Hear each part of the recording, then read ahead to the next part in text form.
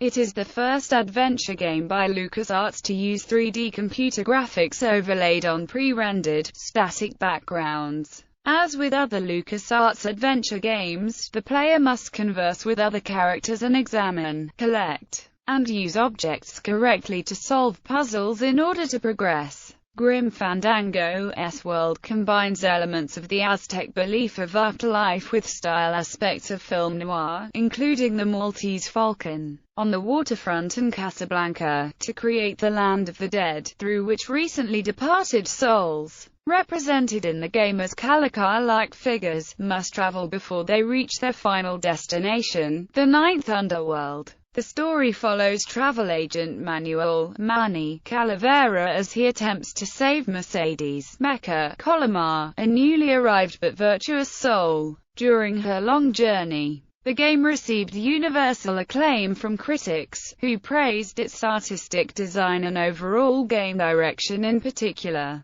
Grim Fandango was selected for several gaming awards at the time of release, and is often listed as one of the greatest video games of all time. However, the game was considered a commercial failure and factored into LucasArts' termination of their adventure game development, contributing to the decline of the adventure game genre. A remastered version of Grim Fandango was announced during Sony's press conference at E3 2014, and was developed by Schafer's current studio Double Fine Productions with help from Sony to secure the property after Disney's acquisition and closure of the LucasArts studio. The remastered title, featuring improved character graphics and textures, an orchestrated score, and director's commentary, was released on January 27, 2015 for the PlayStation 4, PlayStation Vita, Microsoft Windows, Mac OS X, and Linux platforms. Android and iOS versions were released on May 5, 2015. Gameplay. Grim Fandango is an adventure game, in which the player controls Manuel Manny Calavera as he follows Mercedes Mecca Colomar in the underworld.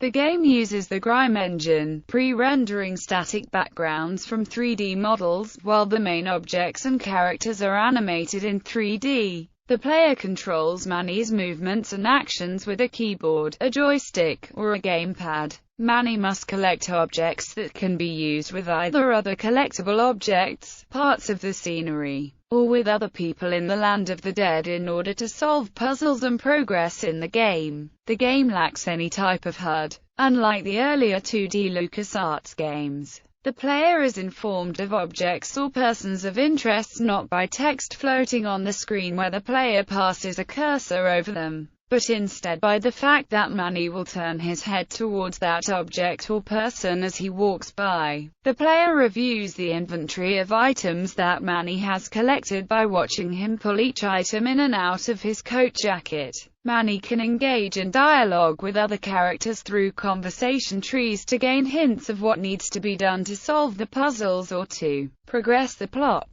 As in most LucasArts adventure games, the player can never die or otherwise get into a no-win situation. Synopsis. Setting. Grim Fandango takes place in the land of the dead, where recently departed souls aim to make their way to the ninth underworld. Good deeds in life are rewarded by access to better travel packages to assist in making the journey of the soul, the best of which is the number 9, a train that takes 4 minutes to reach the gate to the ninth underworld. Souls who did not lead a kind life are left to travel through the land of the dead on foot, which would take around 4 years. Such souls often lose faith in the existence of the ninth underworld and instead find jobs in the land of the dead. The travel agents of the Department of Death act as the Grim Reaper to escort the souls from the mortal world to the land of the dead, and then determine which mode of transport the soul has merited. Each year on the Day of the Dead, these souls are allowed to visit their families in the land of the living. The souls in the land of the dead appear as skeletal Calicar figures. Alongside them are demons that have been summoned to help with the more mundane tasks of day-to-day life, such as vehicle maintenance. The souls themselves can suffer death within death by being sprouted, the result of being shot with sproutula-filled darts that cause flowers to grow out through the bones. Many of the characters are Mexican and occasional Spanish words are interspersed into the English dialogue, resulting in Spanglish. Many of the characters smoke. Following a film noir tradition, the manual asks players to consider that every smoker in the game is dead. Plot: the game is divided into 4 acts, each taking place on November 2nd on 4 consecutive years. Manuel Manny Calavera is a travel agent at the Department of Death in the city of El Marro. Forced into his job to work off a debt to the powers that be, Manny is frustrated with being assigned clients that must take the 4-year journey and is threatened to be fired by his boss, Don Coppel, if he does not come up with better clients. Manny steals a client, Mercedes Mecha Colomar, from his co-worker Domino Hurley. The department computers assign Mecha to the 4-year journey even though Manny believes she should have a guaranteed spot on the number 9 luxury express train due to her pureness of heart in her life. After setting Mecha on her way, Manny investigates further and finds that Domino and Don have been rigging the system to deny many clients double-end tickets, hoarding them for the boss of the criminal underworld, Hector Lemons. Lemons then sells the tickets at an exorbitant price to those that can afford it. Manny recognizes that he cannot stop Hector at present and instead, with the help of his driver and speed demon Glottis, he tries to find Mecha on her journey in the nearby petrified forest. During the trip, Manny encounters Salvador Sal Limones, the leader of the small underground organization Lost Souls Alliance, who is aware of Hector's plans and recruits Manny to help.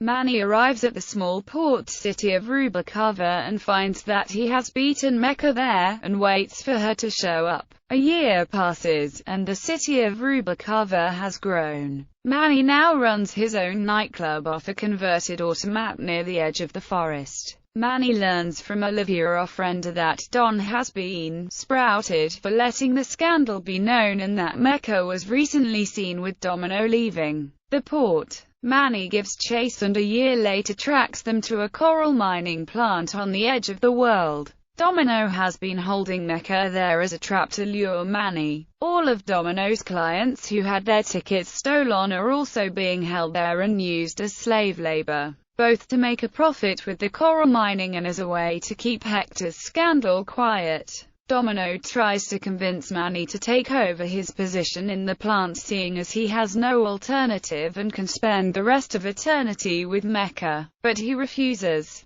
After rescuing Mecha, Manny defeats Domino by causing him to fall into a rock crusher. Manny, along with Mecha, Glottis and all the souls being held at the plant, then escape from the edge of the world. The 3 travel for another year until they reach the terminus for the number 9 train before the 9th underworld. Unfortunately, the gatekeeper to the 9th underworld won't let the souls progress without their tickets, mistakenly believing they have sold them. Meanwhile, Glottis has fallen deathly ill. Manny learns from demons stationed at the terminus that the only way to revive Glottis is to travel at high speeds to restore Glottis' purpose for being summoned. Manny and the others devise a makeshift fuel source to create a rocket train cart, quickly taking Manny and Mecha back to Rubalcaba and saving Glottis' life. The 3 return to El Marro, now found to be fully in Hector's control and renamed as Nuevo Marro. Manny regroups with Sal and his expanded LSA, and with the help of Olivia, who volunteered to join the gang earlier in Rubalcaba, and is able to learn about Hector's current activities. Further investigation reveals that Hector not only has been hoarding the number 9 tickets, but has created counterfeit versions that he has sold to others.